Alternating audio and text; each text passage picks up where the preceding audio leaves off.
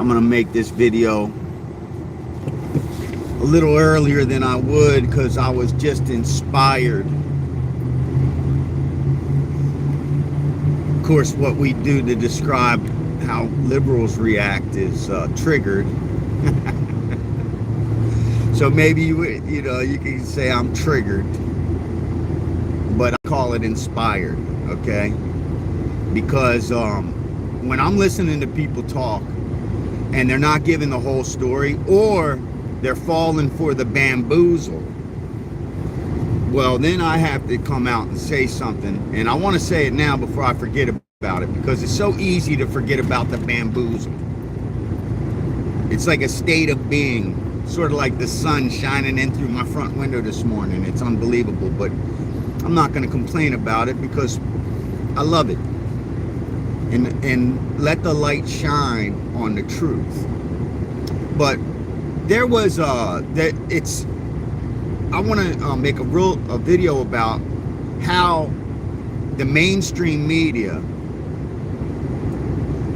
has been taken over by, and a lot of people don't realize this, it's not the left per se, it's not the liberals. There are charts, there are connections between the CIA and news media, whether it's NBC, CBS, ABC, MSNBC, all of these places. Now, last night, right before I went to bed, I did like a lot of old folks do nowadays. I went on Facebook, which I don't do a lot of, but on Facebook there was there's a video out where they're discussing Project Mockingbird. Now, Project Mockingbird is something that has been around for a very long time. A very long time. It was exposed back in the 60s. The man who exposed it disappeared.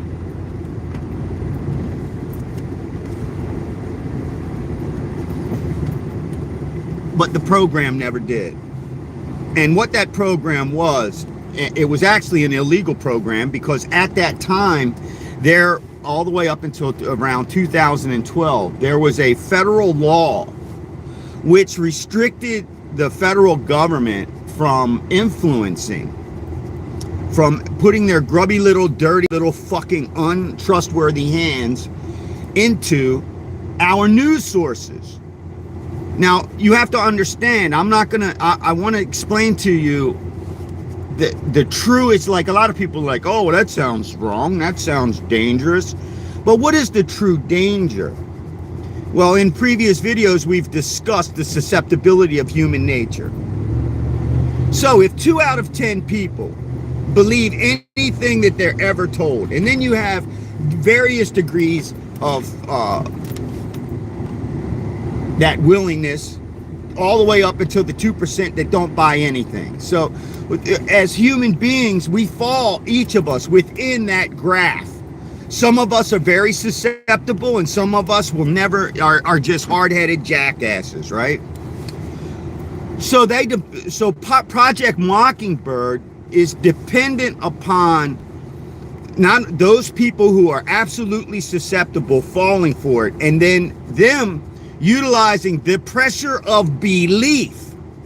See, it's not enough that you lie to someone. See, lying to someone in itself is bad. But what makes a lie so horrible, and why God hates a liar, is because when the lie becomes the truth, when someone believes that a lie is true, they are now perfect victims for those who would manipulate their ignorance. That's why the lie in human beings, like animals, you know, an animal doesn't lie, an animal can't lie. Well, that, you know what, I had to correct myself, because coyotes die. Coyotes act like they're going to play with your dog. They lure your dog out and then they kill it. So animals are cunning, I guess. But animals in reality, they don't just outright lie like the press does. Now, there's a perfect example of that, and the reason why I'm doing this video earlier than I would, because I don't want to forget this observation. The mainstream media is constantly coming out, and this is what a lot of people, this is why I want to make this video.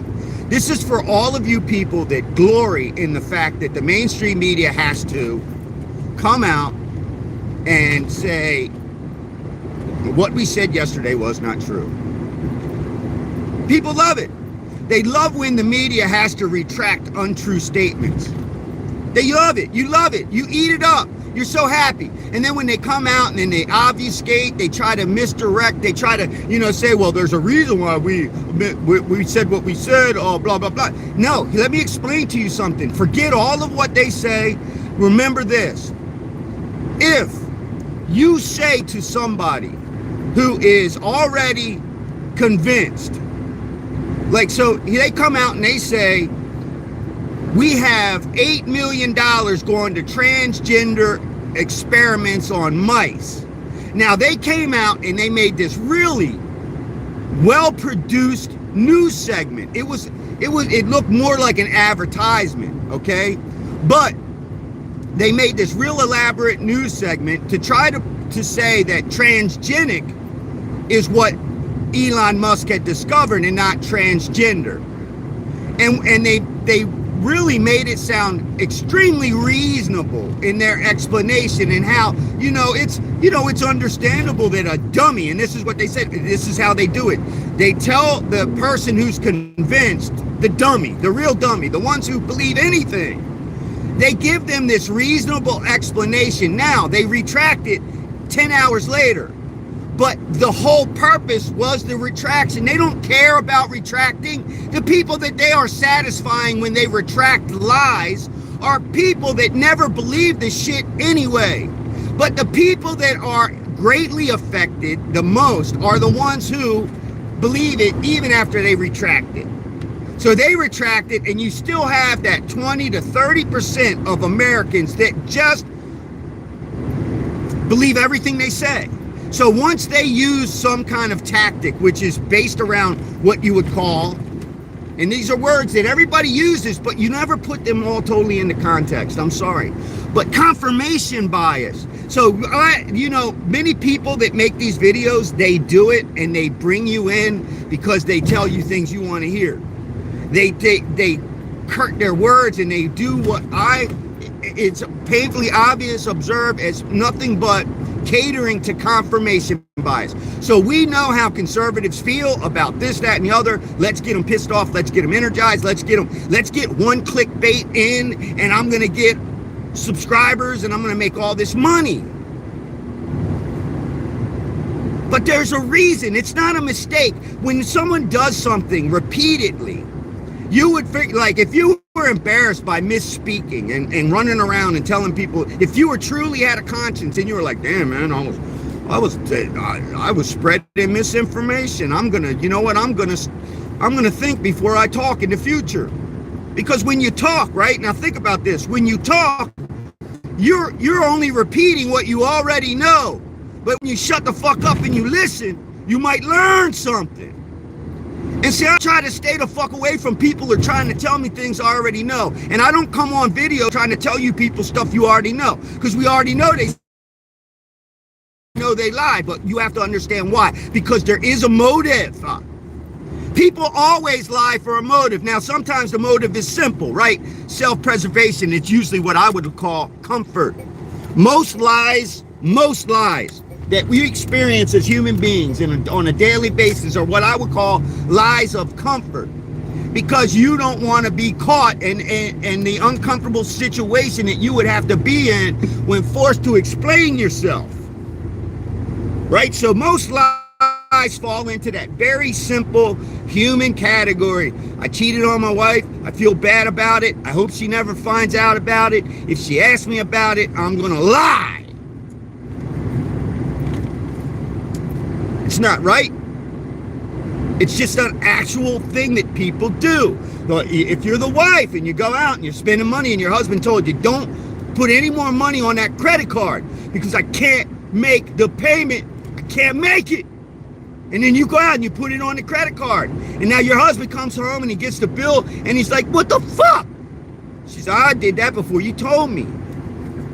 It's just a lie of comfort. But when you deal with these people that are lying in the media, you have to understand that's not when they're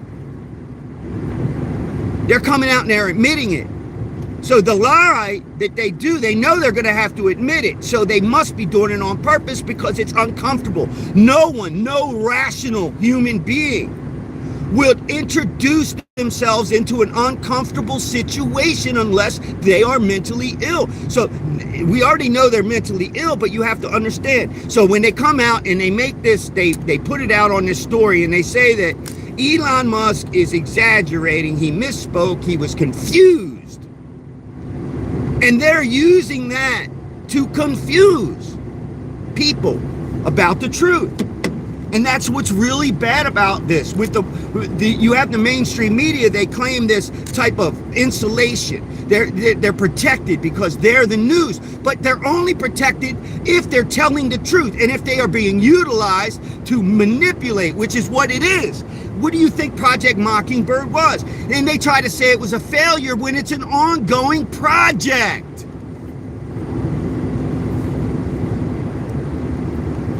Why do you think they paid the media when they shut down the entire United States?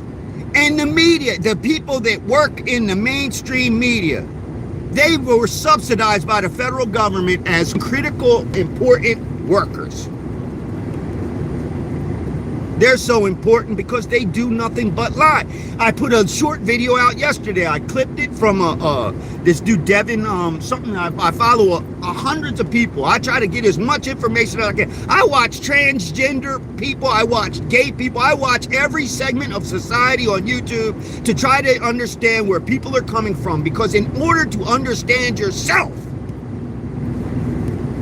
you must see yourself in other people. Yup. You must see yourself in them. And how do you do that? By trying to empathize with them. And what does that mean? No, it doesn't mean feel sorry for them. To truly empathize with someone is try to relate to them from their perspective, from whatever viewpoint they have. And even though you can't, like I cannot for the world of me understand why someone will want to chop up and do all kinds of crazy stuff to themselves, but I can understand how,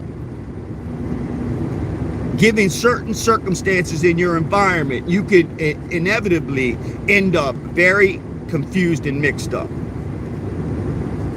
And when you have the news media, their number one job, one of the reasons why we have the freedom of the press that we have, is because the Crown had come in and said, listen, man, if you print out stuff that we don't like, I don't care if it's the truth or not, we're going to come out and we're going to get you. Now, back then, they always told the truth in the print.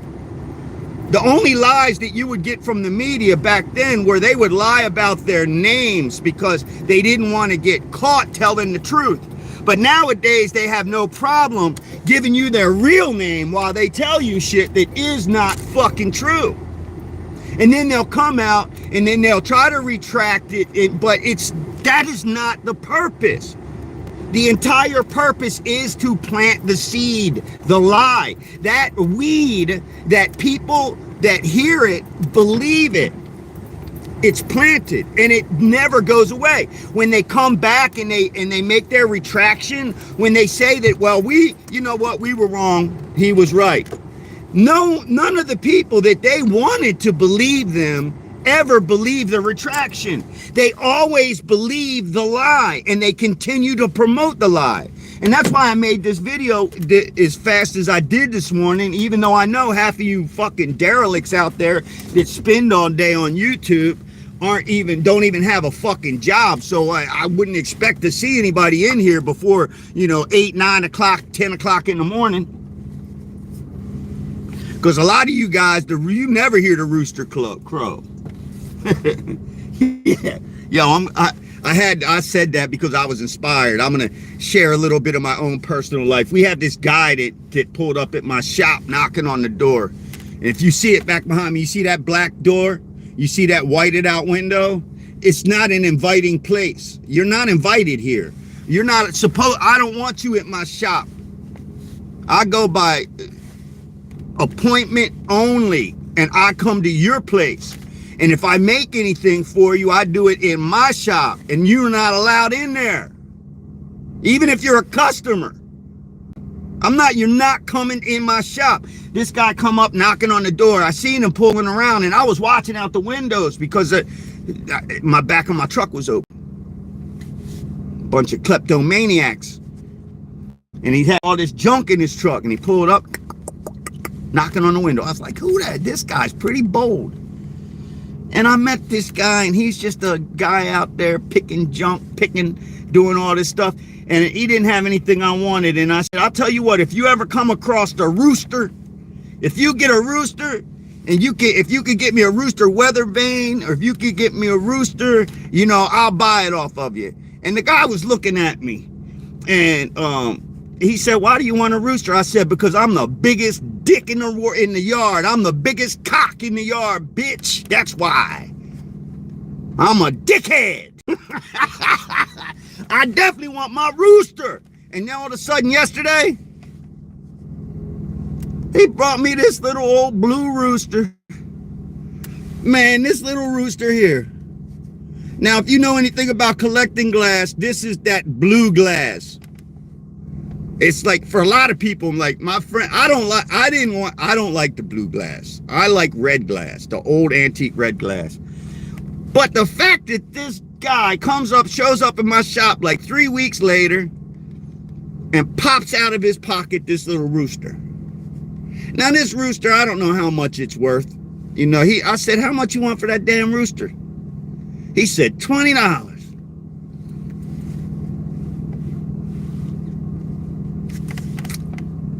Now, I didn't buy the rooster because I thought it was worth $20. I bought that rooster from that guy because he remembered. He thought enough of our interaction that weeks later, he comes across this little glass rooster and brings it over. And at first, the guy was going to give it to me for nothing.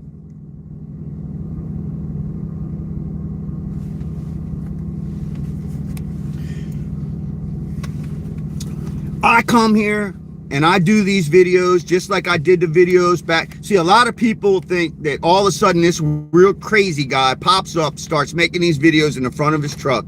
I'm not new to this shit, kid. I was a member of Uncle Sam's Misguided Children, a founding member. Okay? We had 10 million, almost, well, I'm rounding up by about 1.5 million when Facebook finally got rid of us. I'm rounding down. I think it was 11.5 million. I had one of the biggest podcasts in the world, and it wasn't regulated by anything. We had our own website. We had our own servers where you would tune in and you would get it raw. It was like real pirate radio. Nobody could shut us down. You couldn't, like, if you went and you went to all these people's StreamYard, even YouTube. I never cared about YouTube. If you look on YouTube, I have an account. It's old as hell, and there's nothing really on it because I really never produced anything for YouTube. And when they had the big purge on Facebook, quite frankly, unlike many of you people, I don't need you motherfuckers. I didn't need all that Facebook validation. I don't need confirmation bias. You could come in my video and you could talk all kinds of shit in the comment thread. I don't give a fuck. If you're some kind of rejected retard, because I'm giving you this shit for free. It's free. See, I paid for it. I've sweated. I've bled. The wisdom that I have earned that shit. And you can say whatever you want about the things that I say, but it doesn't matter because I will be around longer than you will. My words, even though I'm not some great author or artist, I'm not out there trying to promote it because there's nothing more important than just speaking the truth. And everybody out there, most of these people, they write books. Your book is nothing but a regurgitation of someone else's original thought. You have philosophers writing books about philosophy, but where did they get their philosophy from? A philosopher, not them. They just correlated it all. They took it all and they put it in there. They just went to a school and then they said, you know what am I going to do for all this money I just spent on philosophy?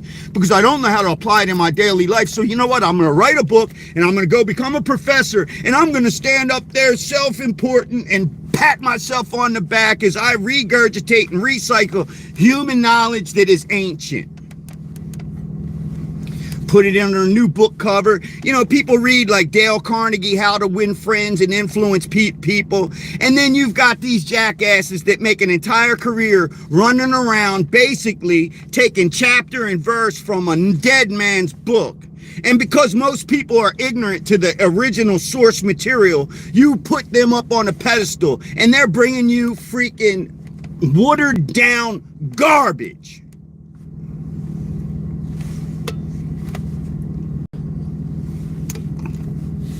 I know it because I watch it, I live it, I watch these videos. And once you have a brain that actually has some kind of substance in it, other than drugs and alcohol, because I put them substances in there too, because I have to click my shit down a bit.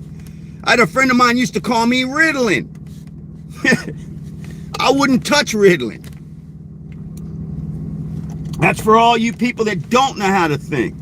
Oh my God, I can't believe he just said that. I've been on Ritalin since I was 10 years old. Yeah, tell me what you're thinking about. You can't, because even though you're on Ritalin, you're thinking about something different now than you were thinking about 10 seconds ago. You fucking excited bastard. But that's the whole point. Back to the reason I made the video. The whole point is that you've got these people that they take their knowledge and they use it to enrich themselves. And many times it's at your expense. These people in the media, they're not doing you any favors when they're lying on purpose. They are pushing talking points that are spoon-fed to them. They get a fax, and they all get the same facts. And then we come out and we go, oh my God, they're so lame. They're all saying the same thing.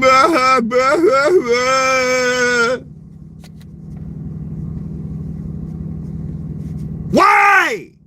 See, that's the only way that we can stop this perversion of the truth is to stop them spreading lies. I watched this. The mainstream media stirred this nation into violence and continues to stir this nation into violence. And yet you'll go out on the weekend. I've been there because I love you folks, so I'm going to be there and support you, even though I was there saying we're stupid.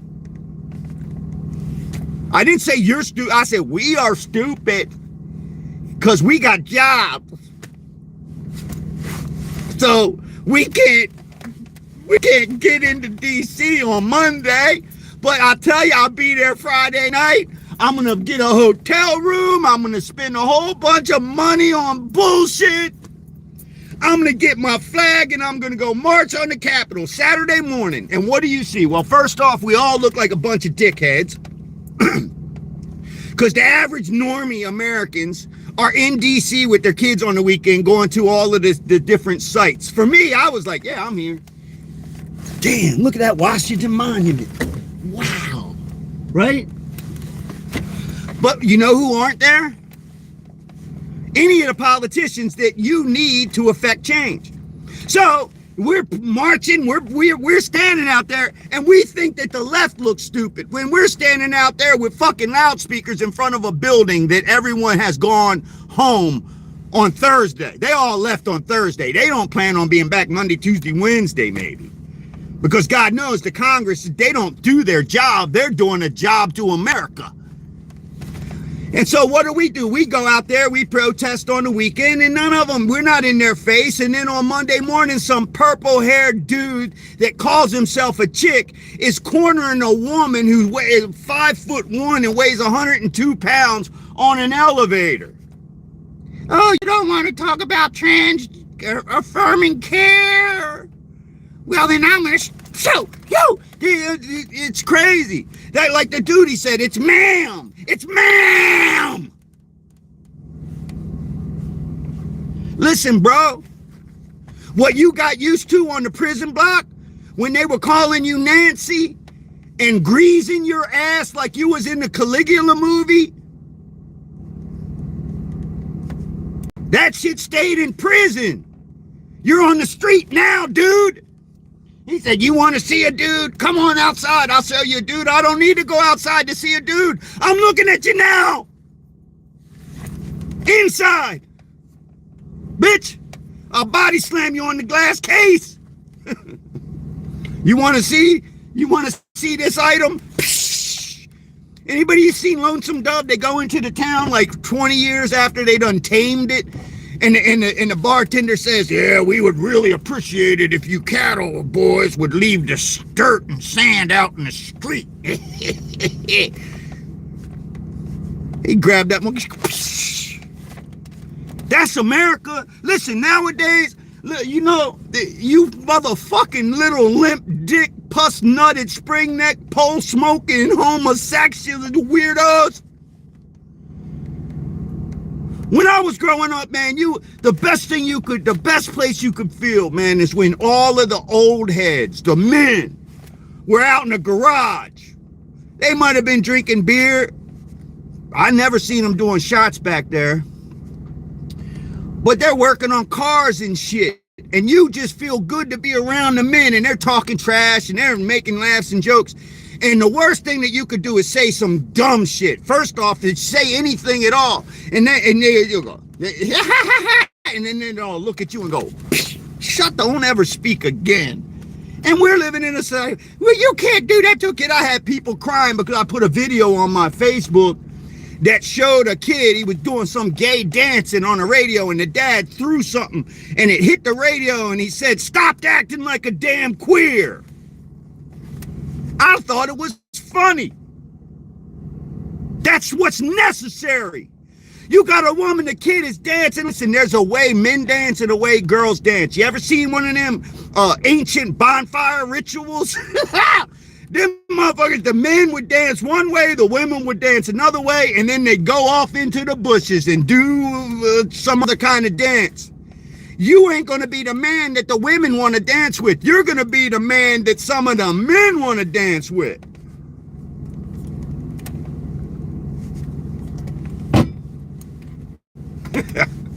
Anyway, let me go. I'm gonna go in. I made my video already. My phone is doing the strobe. I don't know if you could see it. Right? I think it still does the video right, but it just, ever since I broke that damn screen, it's just, I'm lazy as hell.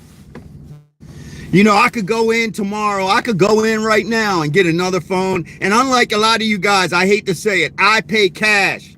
You think I'm gonna finance a cell phone? I'm gonna go in there, I'm gonna say, listen, man, you got any more of these S20s? Because they're on the S25 now. I'll say, I'll buy one of those S20s, give it to me. What? All right. Because you buy this shit at S25 is what, $12.99 now? $1,300 for a cell phone. $1,300. Whew.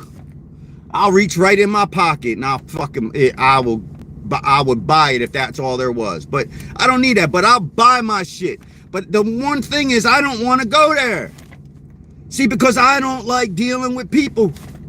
I really don't. I don't want to I don't want to go into the store. I don't even like going to the store and paying sometimes. They come in there like, hey, can we help you? And they're all over you like piranha trying to sell you something. When you're walking in, Verizon automatically notices your phone, and all of a sudden I'm in there to pay a bill, and I look down and my phone is telling me that it's time for me to get the free upgrade. But it ain't free if I got to give you my old phone, bitch. And from the last time I checked, this phone cost me $1,200, and you're gonna give me a $1,300 phone with the trade-in, but I'm still gonna pay for it. What the hell kind of sense does that make, you fucker? So I don't even deal with them. So right now I got to get this phone fixed because I want to reply to some of your comments. It's Friday, so I want to do something a little. I'm notorious for ignoring the comments because I really don't give a fuck. But I do. See, the thing with it is, I do care about the people that watch me, even the ones that don't like me. But I do care. So I don't want to hurt your feelings. And I know a lot of people get their feelings hurt when you don't reply to their comments. But how the hell am I going to reply to your comments? The minute I do, I lose track of what I was going to say. Like the other day, I was making a video and I was going to go off on a tangent about privacy and how the left is talking about how our privacy is being invaded when they had just invaded our privacy. But I got so caught up in making fun of them that I forgot the point that I was trying to make, which was more relevant. See, it's more relevant than to put the real factual issue out than to just, participate in that confirmation bias, right? Celebrating how stupid they are. That's not, I don't celebrate that because I'm affected by it. Even if I don't interact with these morons, if I try to avoid going to the store to get a new phone, if I only shop at the supermarket, if I go in to buy clothes, I'm in and out, bro. I went in, I made a mistake. When I bought these Carhartt coveralls, I didn't take into account COVID-19 that put about 1.5 inches, 2 inches on my waist. And I bought this for a 30-inch waist. Yeah, bitch, I have a 30-inch waist. And I'm built in shape. Well, I don't have a 30-inch waist anymore.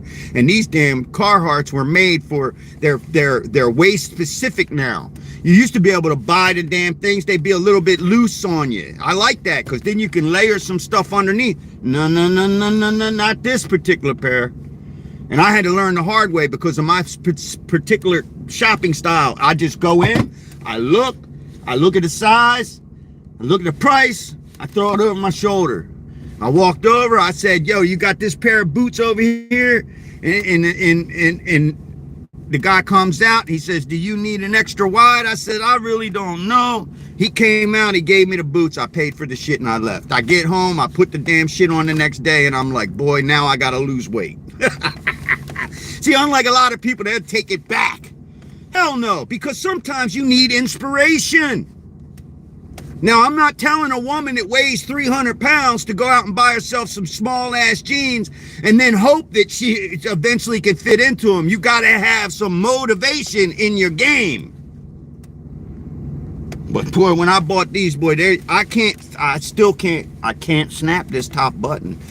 I've got that, I'm 57 years old, man. So the calories ain't gonna burn as quick as they used to. Look, my phone I left it alone long enough and the screen readjusted. Damn. Maybe someone made a comment that I should read. Hold on. See, God works in the details in my life. See, people are like, oh, I didn't hear God speak. You didn't? I always think of that joke about the guy that he drowned because he didn't listen to God. He sent him a car, a boat, a plane, and he still drowned. I think he even sent him a cow that was swimming. You know, he could have rode the cow out of there. I go in, get what I need, and I leave. See, well, you're leaving for a different reason, bro. See, if you're leaving because you are ready to spend more money, think about what you said. See, a lot of people are like, oh, man, Hammer doesn't listen. He doesn't. Listen, man, I'm so quick. I'm hearing what you're saying before you even finish saying it a lot of times. That's what frustrates some people. When you can finish their words, like a lot of times you can't. Most people think they can, and then you're like, dude.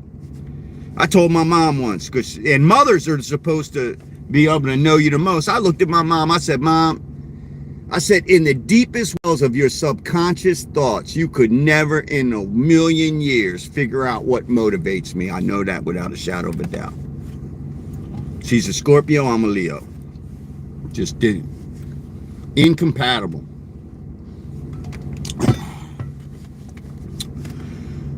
Yeah, but think about it. What did you do? You said, yeah, because you don't want to spend any more money on things. Boy, let me tell you something.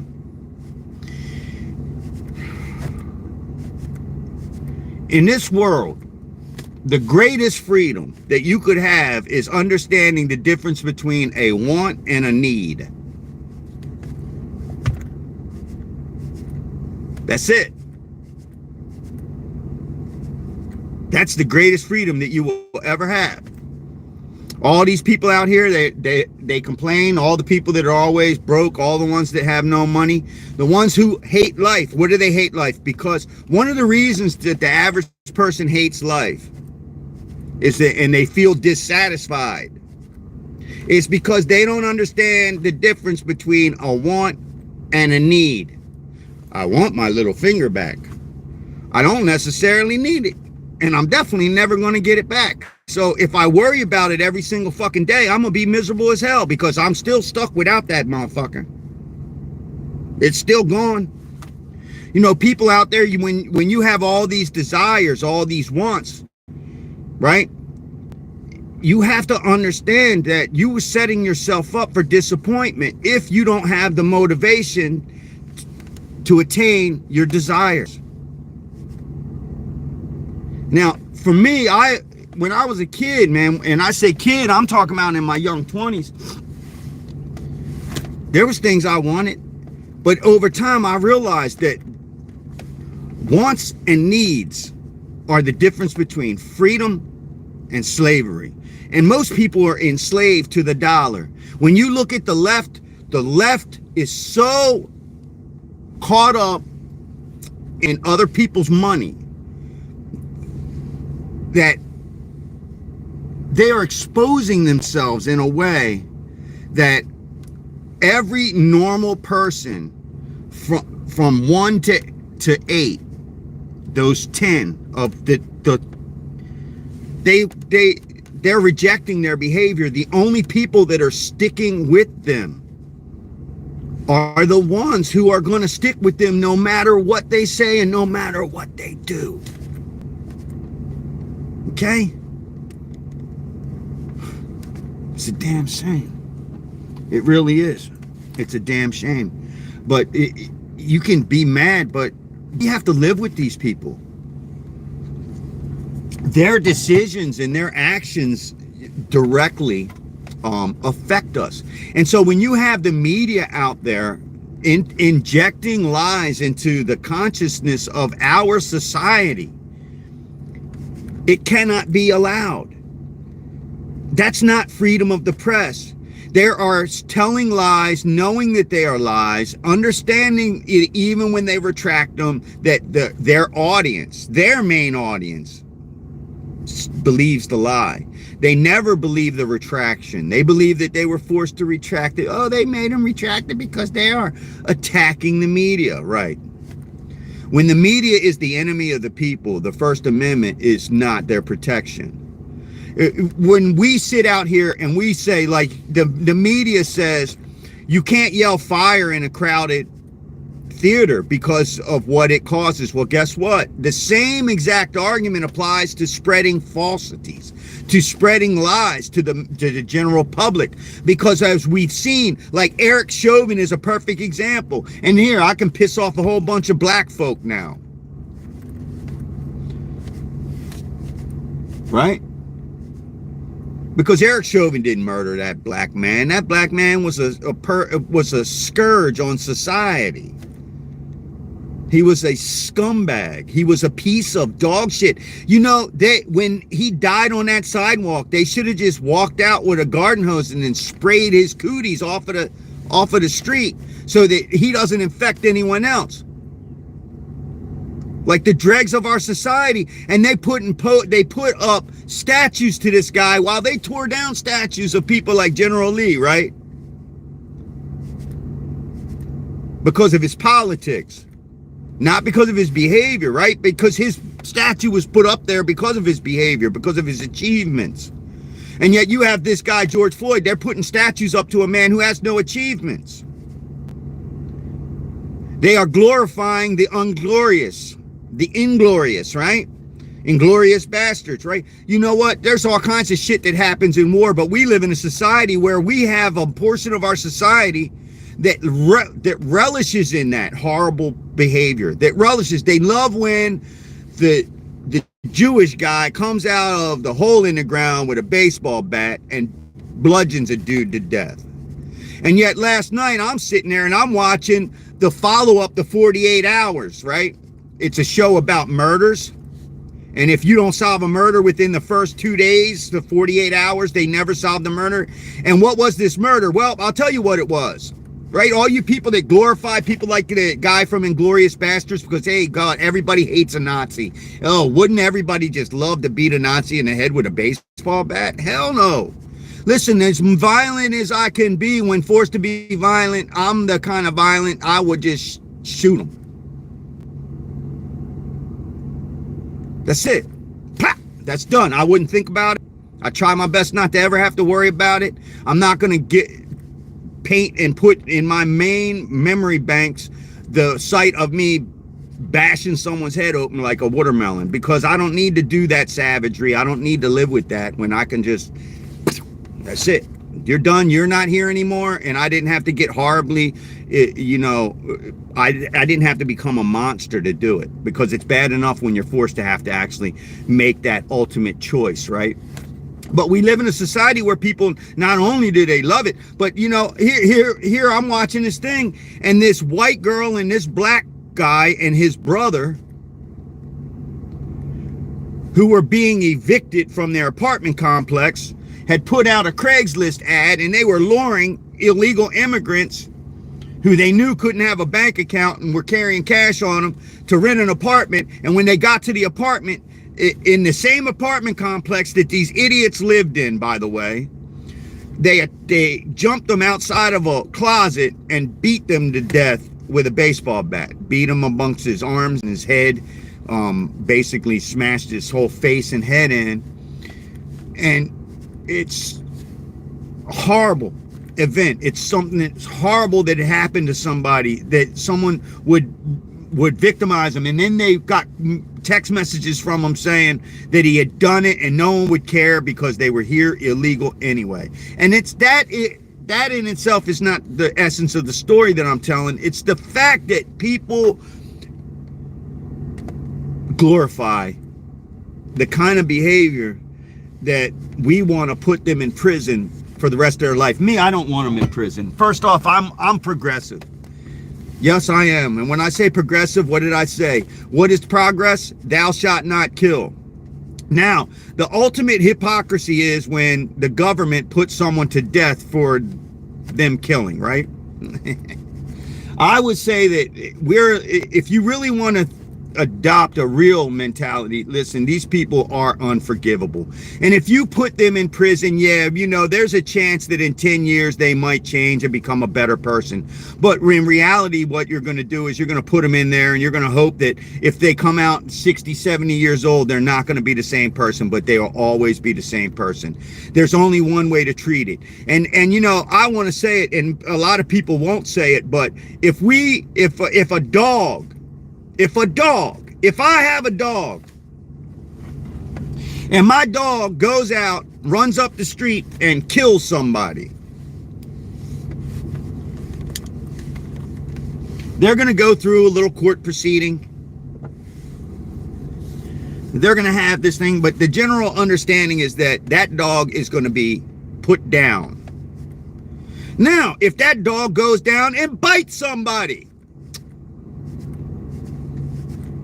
what are they going to do to it? They're going to put it down, because a dog that bites is a dog that will eventually kill, right? Why do we treat people who like a dog is being a dog? When a person kills, when a person attacks somebody, when a person maims someone, when a man willingly goes out and commits some kind of act on a child or a woman or another man, or a woman does it, there's a big difference between when a human being makes a choice and a dog. And why do we treat a dog the way we do, but a human being who actually made a conscious choice, we relate to them, right? So now we're going to look at them and go, well, you know, there, but for the grace of God go I. Hell no. Let me tell you something. Bullshit. The grace of God did not make that man the way he is. The grace of God would save that man if he could recognize what the grace of God really is. But those people don't know, can't recognize, and I don't give a shit if they go to church on Sunday and they killed on Saturday. They should be put to death. We shouldn't be wasting our money on them. You know what? When Biden came out and pardoned these murderers, these terrorists, these people, I just spilled coffee on my rooster. And you don't spill coffee on the rooster. You know, I like this little rooster. Proud of your boy. Shit. I'm so glad I didn't go to DC. I would have been right in there with all of them. That's God's in the details, man. I had work that weekend. I said, I'm not going. That's just going to be a clusterfuck. And thank God I didn't go. Because I don't care, man. I don't want... Listen, nobody wants their entire life turned upside down. Right? And so you go somewhere and you think you're doing something and everyone else is done. And then the next thing you know, you're locked up for 5-10 years. Just because you're who you are, not because you did something. And maybe we should thank God there is no death penalty, because the Democrats are the types of people that literally would kill you knowing that you're innocent to achieve their political ends. It's horrible. No one ever talked about that fact that Kamala Harris had kept a man on death row who was innocent. He was exonerated. And you know the excuse that she used? Aside from the fact that she had prosecuted an innocent man and was going to be exposed, right?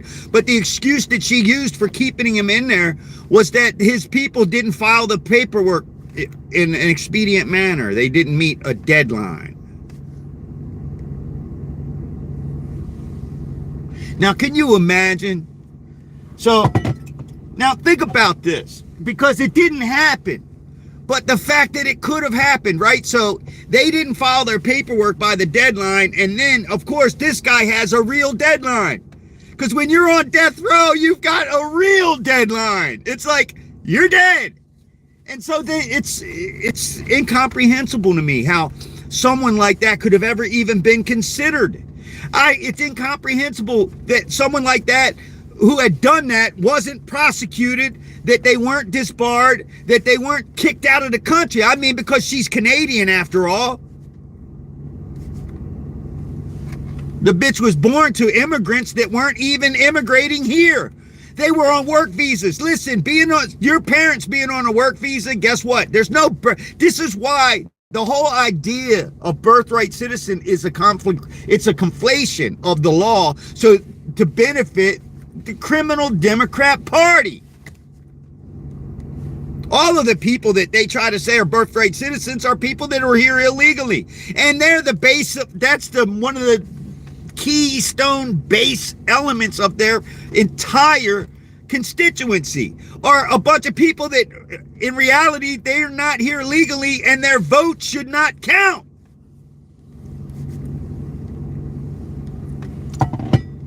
But they conflated it so that they could cater to those people that they felt were going to support them. And they do blindly support them. They're part of that 23, 26% that think that the Democrats are doing a good job. Now, when I was in the Marine Corps, we always knew that there's what we call that 10%. You know what we call that 10%? Shitbirds. Key word, shit. Shitbird. And you can tell a shitbird. It's the guy that never cuts his hair. He never washes his uniform. Sometimes the shitbird smells like shit because they don't take showers. We had a guy in 4th platoon. I was in 3rd platoon. 1st Tanks, Charlie Company. Yeah, I'm a tanker, bitch. Now, this guy was from somewhere. I'm not going to say where he's from because I don't believe that everybody that's from where he's from is a degenerate scumbag. But this guy wouldn't bathe, and you're living in a squad bay. You've got 2 racks, and then you have 2 wall lockers separating 2 racks, 2 wall lockers, 2 racks, 2 wall lockers. And you're sitting there and you're smelling like a human stick-up. Except it's the opposite of a stick-up that makes the house smell good. It's a human stink-up. Walking around stinking everything up. You walk past someone, they're like, what the fuck? And I see them, man. That's why I try to avoid stores. And I'm not going to say like the Democrats, I avoid Walmart. Bitch, yeah, I don't care what store you go into. Stinky people shop there. The other day I stopped, I had to get some half and half for the shop because I make my own coffee up in here, but I don't make my own half and half. And I'm standing there and I'm waiting for this big dumb lunkhead in front of me. And as soon as that, he made one little movement. He made a movement and he moved the air. And I was like, whoa, what's that smell? Right? And then he left. And then I walked up to the counter to pay for my stuff, and that stink was just there. It was like I had walked into a cloud, invisible cloud stink bomb.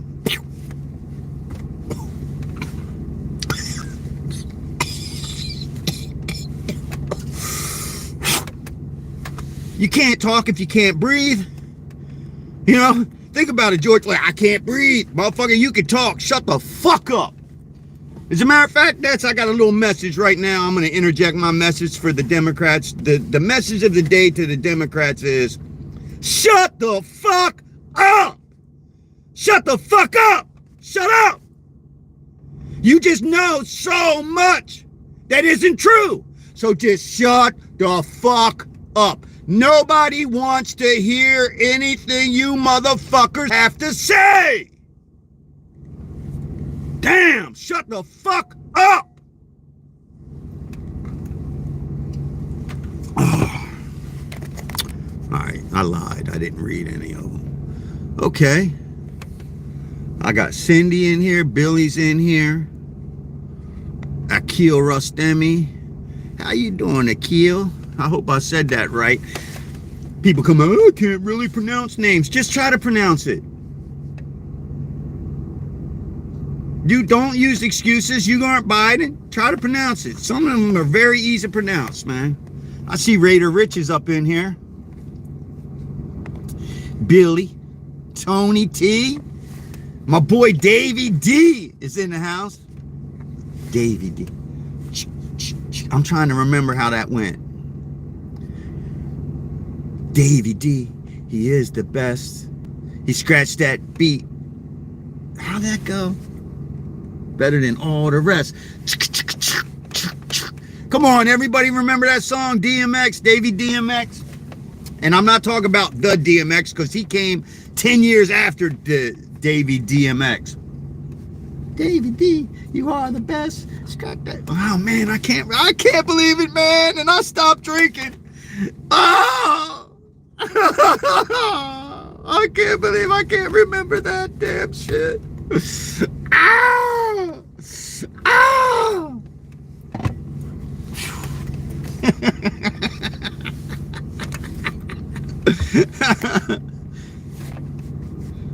Gen X, the freck-faced artist. Gen X, the freckle-faced artist. That's got to be one of Mo's people. Because Mo got a freckles. He looked like a chocolate chip cookie. That's my boy. I told him, I said, man, you look like a chocolate chip cookie, motherfucker. It's a little red bone. Yeah, man, I don't know, man. I gave up on that. I actually gave up on drinking because I was having memory issues. Not to mention the fact that I'm so glad I stopped drinking. I really only did it. Quite frankly, I hate to tell you this for all you alcoholics out there, that like for me, I was drinking my drink. It was on a Monday. I think it was like February 2nd or whatever. Well, February 2nd was that Sunday, maybe. I know it was the beginning of the month. I don't know what day it was because I wasn't working at the time. I had a little hiatus, so I was into a little bit of lost time. And I was drinking quite a bit just because I wasn't doing shit except drinking, watching TV, relaxing. And then I'm drinking my drink and I'm like, man, I'm spending all this because first off, I like them. I was drinking White Russians. I was acting like the dude and shit. I'm walking around in a robe in my house. I have my robe on. I'm mixing up these White Russians. That Kahlua, that shit ain't cheap, boy. You know, between the Kahlua and the vodka, I was starting to develop a pretty bad habit. And, but I'm drinking and I'm like, man, this tastes funny. And then I'm like, did I use the right Kahlua? Because I have real Kahlua. And then one time I made a mistake. You know, they sell the mixer. It's supposed to be a White Russian mixer. It's just chemicals. It tastes like shit. But I didn't throw it away, right? So I didn't know if I'd have mixed up the chemicals with the real shit, right? And I said, you know what? I'm over this shit. I drank that drink and I said, you know what? Fuck, this is bullshit. And I just stopped. Now, there were things that led up to me making that decision, but I'll tell you one thing. It's only been a month, but I will tell you this. I have diverticulitis. And I didn't realize how bad drinking was affecting my diverticulitis.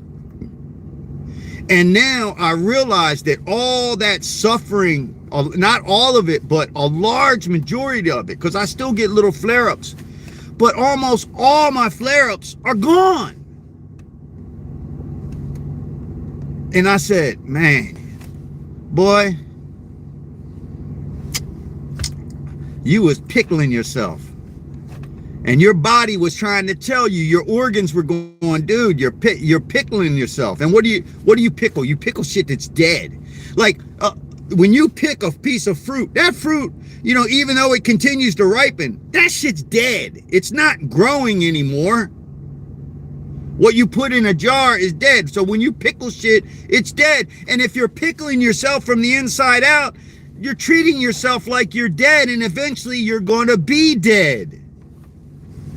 Now, my memory, like I was, you know, slipping on words and shit.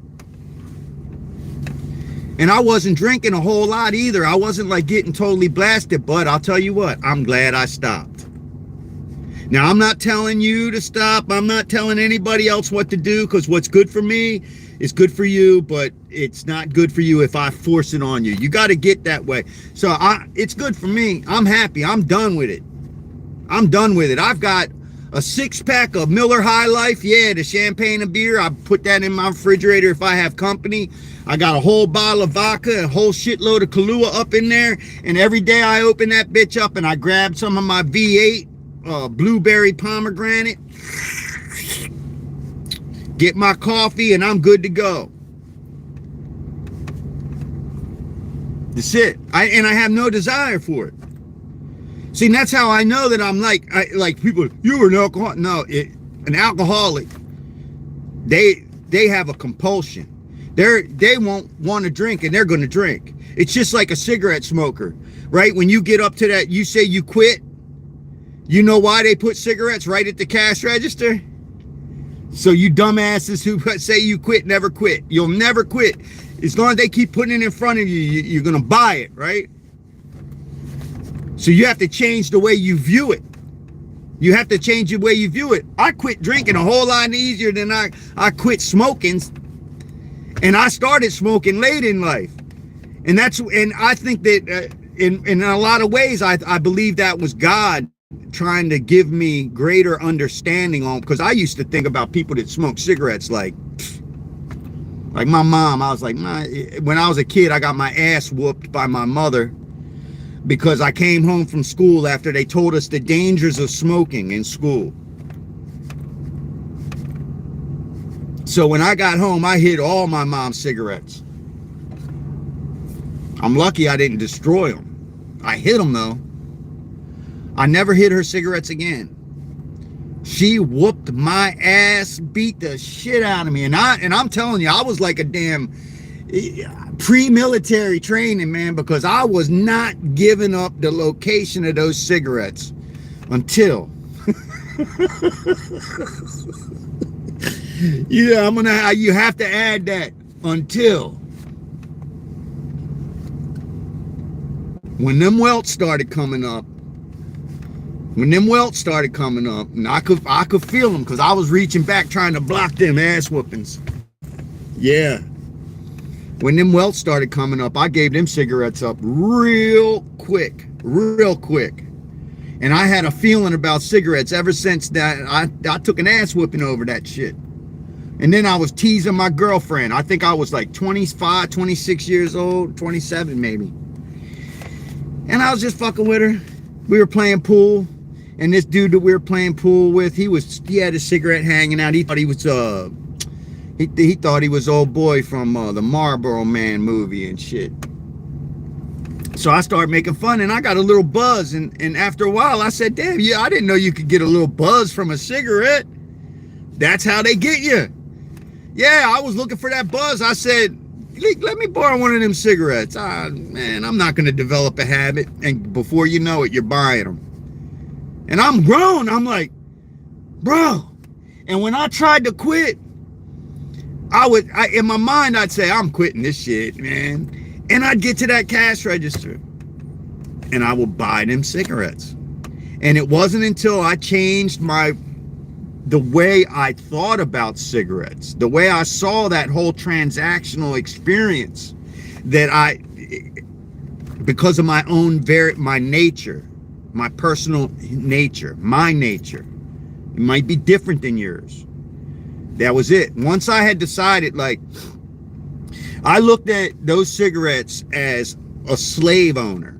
Somehow I had become enslaved to something that was costing me money on every single day, and I didn't want it in my life. And at that time, I had gotten a physical, and between the carcinogens I breathed in, working on the job site, doing remodeling, construction, and stuff like that, they said, man, you need to think about stopping.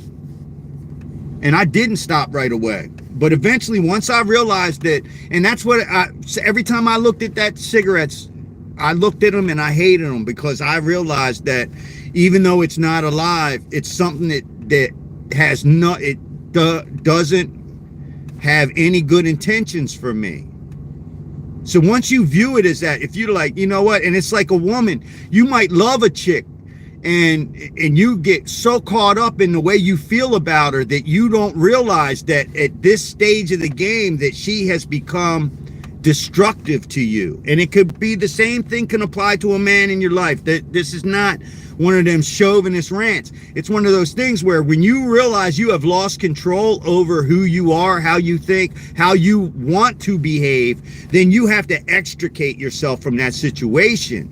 And it's not that easy. But if you can change your perspective, then you can gain a little bit of an edge. And that's really what it is. It's like they say, the positivity in the morning. If you just write down positive thoughts on an index card and just read reaffirming thoughts to yourself every day in the mirror, that eventually it can change your attitude. And if you don't think it's true, it's because you haven't tried to do it. And if you do try to do it, you will find that it's a much better and a healthier way to treat yourself than to, like, when we make mistakes, we call ourselves idiots. Like the guy I work with, he flips the fuck out. If he and it's like, dude, do you really think you're so fucking good? You're so perfect and you know everything and this, that, and the other, that you're never going to make a mistake. And when you're 60 some years old and you're looking at the world that way, I'm surprised you made it this far. Every single mistake that you make is a blessing if you take it that way. If you actually learn from it, it's a blessing. Otherwise, it's just some fucked up shit that happened, and it's going to happen to you again because you didn't learn from it. And, you know, I just noticed I went over an hour. I'm an hour and 3 minutes. Most people don't watch these videos that long, and I could give a shit, because usually when I'm long-winded, I get to saying things that I would rather have not said, even though I have fun saying them. There's only, you know, certain... Everything's a contradiction, because you know what? Never hide yourself from anyone. Share everything. Don't just try to come on here and show the world your best face. Show them your whole face. Okay? So I'm not going to apologize for being long-winded. I can't help it. I say goodbye 100 times in real life, because you never know if you're ever going to see that person again. I do it all the time. I say I'm going to go, and then I'll be in just stay. But I have work to do. Not much. because I did it all. Yeah, and it's not all done. But the problem is that when you get the entire list of things that you have to do done at work, and then you show up on a Friday and you really have nothing to do, but you got to be there anyway. Now I have to go in there and find something to do. So I could literally sit here for another hour and it wouldn't matter, except I would leave the video feeling a certain way. Believe it or not, I always feel, I leave conversations feeling a certain way. I really do. And it's not like a lot of people leave and they feel like they won or they lost. I don't look at it that way. I just feel like this is a one-way street here. And it's not a feeling, it's knowledge. I've been through it. That crap on Facebook, the way people are, they'll come into your videos and people like me will expose ourselves and totally show who we are. Like someone like Trump, he's 100%. He's not giving you anything he's not hiding anything from you. The left, all of these talking heads, all these politicians on the right too, they show you what they think you need to see, and then they hide who they really are. And then you're so surprised when you find out how fucked up they are.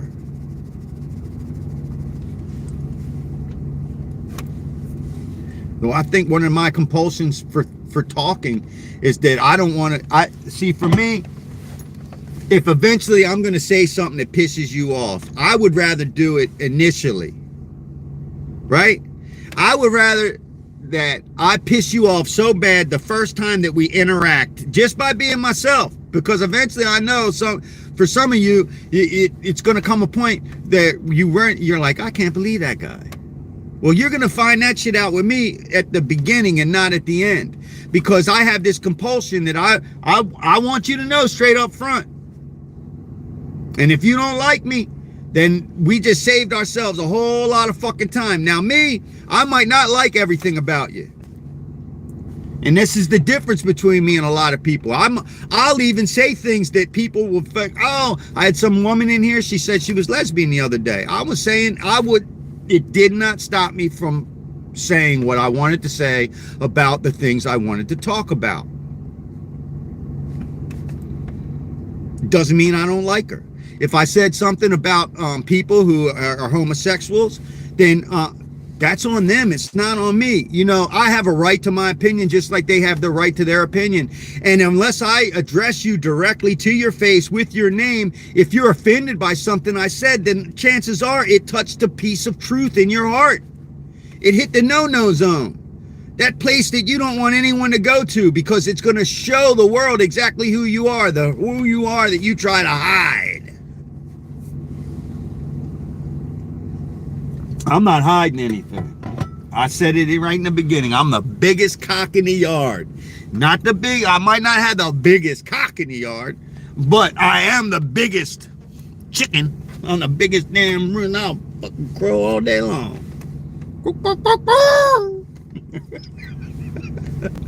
And why do chickens crow? Why do roosters crow? Huh? See, a lot of people, they're under this impression that roosters make that loud sound because the sun is rising. No, it's not. It's to let the chickens, all the bitches, know that the man is up and at work. Because a rooster's job is to protect the hens. The rooster's job is to protect the family. Do you understand that? And so when he's crowing in the morning, he's saying, I'm here at work for you. I'm here for you. I sound loud. You aren't going to like it if you're trying to sleep, walk. But when I'm crowing for you. And it's like Trump came out and said, he said, you might not like it,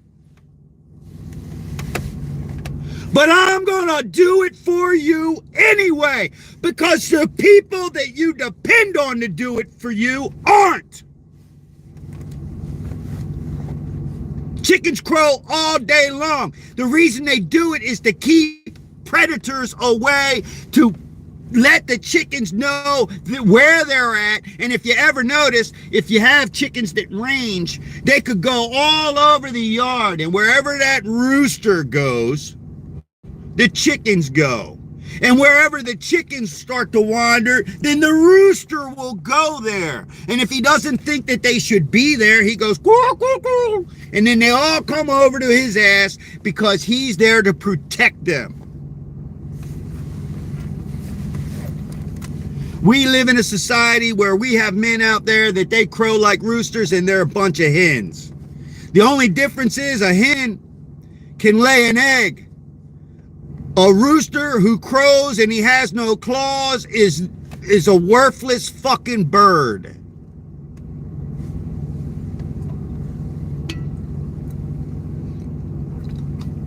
And he probably has a useless bird too.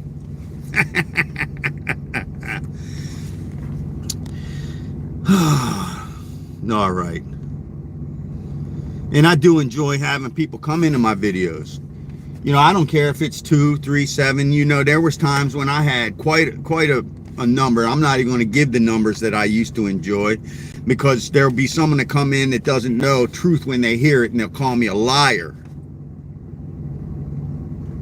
But unlike a lot of people that make videos, a lot of them get caught up in their popularity to the point that when some place like Facebook decides to just ditch their page, their programs, their videos, the accumulated work of fucking a decade, they teach you real quick what's yours and what's not. Same things with YouTube. 3 strikes, everything that you produced is not yours. This video is not mine. The content it's all original to me. I just spit it all out straight from this right here. And all you got to do is say, you know what? Not on my watch, bink, and it's gone forever. Only difference is, for many of my shows, I have over 1,000 hours of content, not video content, because our blog, our podcast was we didn't use video for that. But I've got thousands of, I've got over 1,000 hours. I put a lot of time and effort into not trying to change people's thinking, but to give people the proper information to think about. I can't get you to think like me. God forbid that ever happened. My God. That's why he only makes one of each of us.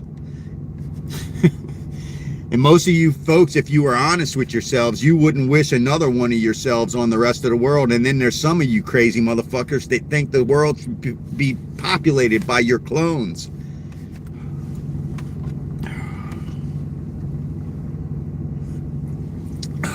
Like my boy David here, and I'm not going to tell you which one of these commenters it is. You don't see his ass on Facebook. They did the Grand Purge. Shit, I'm lucky I didn't even see him make a comment on my page, because he gave up on the shit just like I did.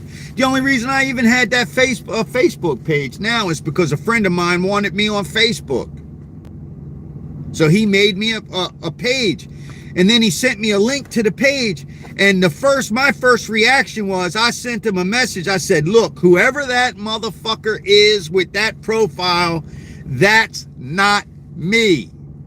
I said it just like that. I could send you a copy of the text message. I said to him, and I said, and I went into my phone and I sent messages to at least 10 other people that I know with a link to that Facebook profile, and said, go and report this as a fake profile. And the whole time it was mine. My friend made it for me.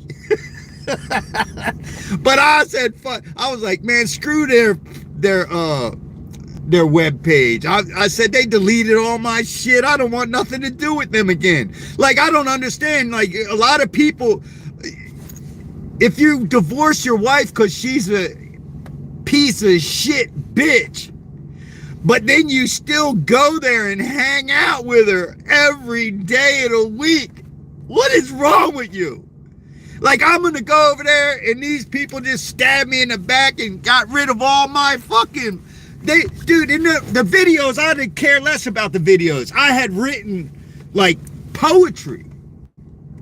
I had written some poetry, my own original poetry, and I made the mistake of transcribing it into my notes feature on my Facebook profile. And when they deleted my profile, all those poems that I was writing, and I was going to make a little book. I really was. And it's a love story. He wrote love poetry. I wrote some love poems. I did. I've written things. I'm a Renaissance man. I read, I write, I create, I draw. I do all kinds of stuff, man. My job is I love the fact that I don't know what I would have done if I had continued with the original profession that I had started out with when I got out of the Marine Corps. I would probably be wealthy and unsatisfied. Instead, I'm satisfied and I'm as rich as I ever want to be, because I understand the difference between needs and wants, and all I want to do is be happy. And if all you do is chase money, you'll never be happy unless, of course, you catch it, and you'll never catch enough because it's never enough. So you'll be chasing it for the rest of your life. Yep. Now,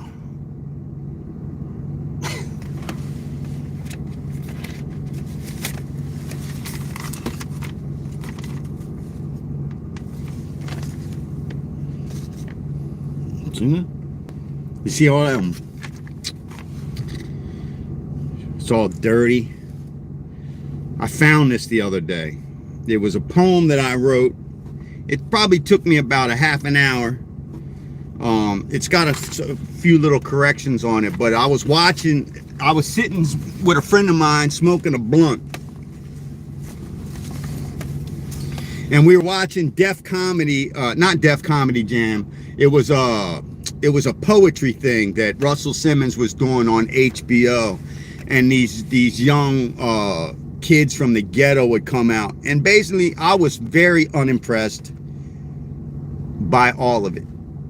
I just really was. And of course all these people got to come out. They all had their little poems and all this shit, but I was very unimpressed by it. And I told my friend while we were smoking, I said, these people suck. And being that typical guy, he said, man, what do you know, man? Everybody says people suck. And I said, yeah, listen to what they're saying. There's no ideas. All they all they were describing was, all their poetry was complaining about some dumb shit. It was like so facile. It had no depth to it. It had nothing. Nothing. And I said I could write something with so much depth, and I was making fun of the fact that they had to have everything. It was like a little kid writing a poem, and everything had to rhyme. There was no like iambic pentameter. There was no real rhythm. It was more like rap without background music, and it pisses me off. Because I don't write books, like I said, I had this idea I was going to compile this book of poetry, and now all those poems are gone, and I'll never get that shit back because I'm losing words. I'm losing words. My brain, it's just one of those things, and it's happening, and I'm not going to be able to escape it. So all those words, so eventually I'm going to just be drooling. I already know that.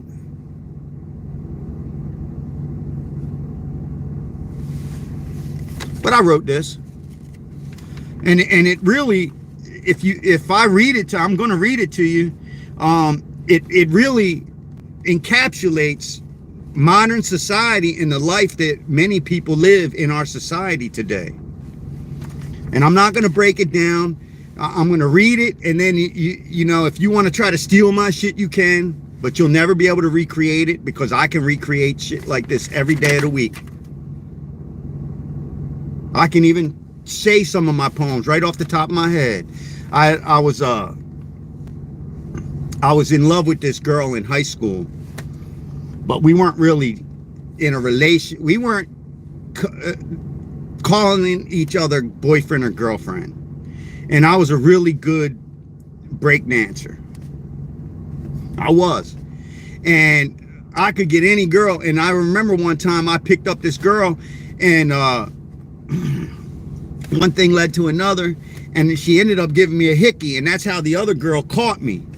Now, I wasn't cheating on her because we weren't boyfriend and girlfriend, but it was enough that she didn't want to have shit to do with me after that, and I really cared about her. And I felt so bad, and I wrote this poem. And I'll remember it to the day that I die, because it was just how I felt.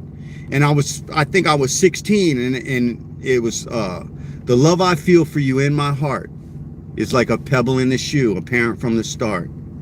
Always there and always to be the one great thing that torments me. I never did things right, and now I've done you wrong. Now you hide from my sight, now you are gone. Never to be my lover again, now you won't even be my friend. So please forgive me for being that way. Now you've left me with nothing more to say.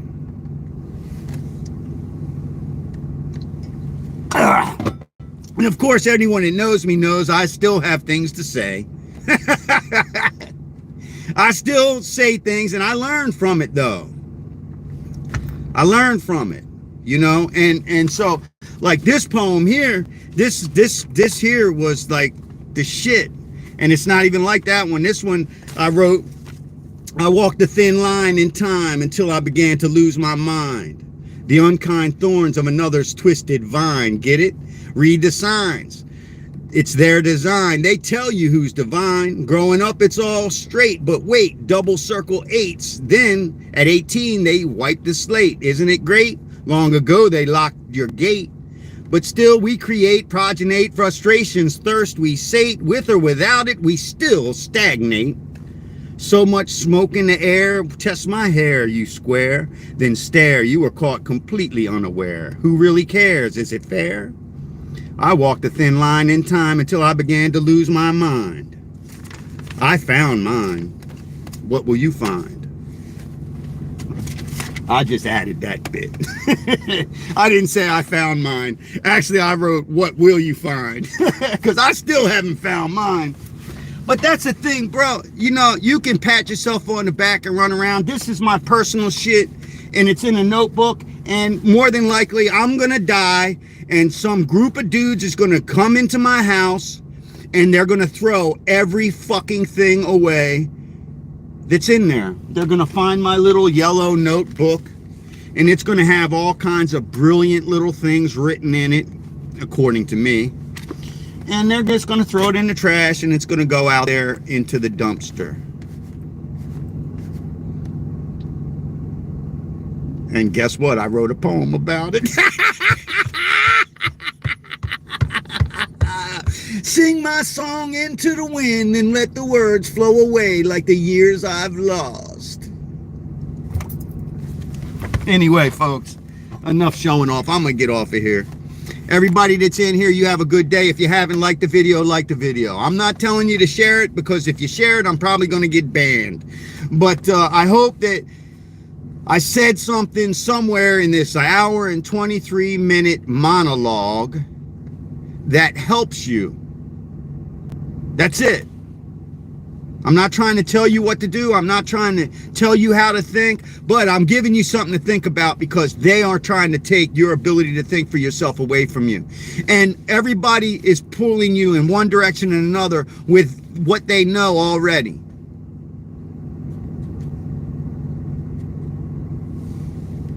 Try to find somebody that's going to give you something you don't know, because that's the only way that you get better. Anyway, I'll check you guys out later. Let's see if I can turn it off this time. All right.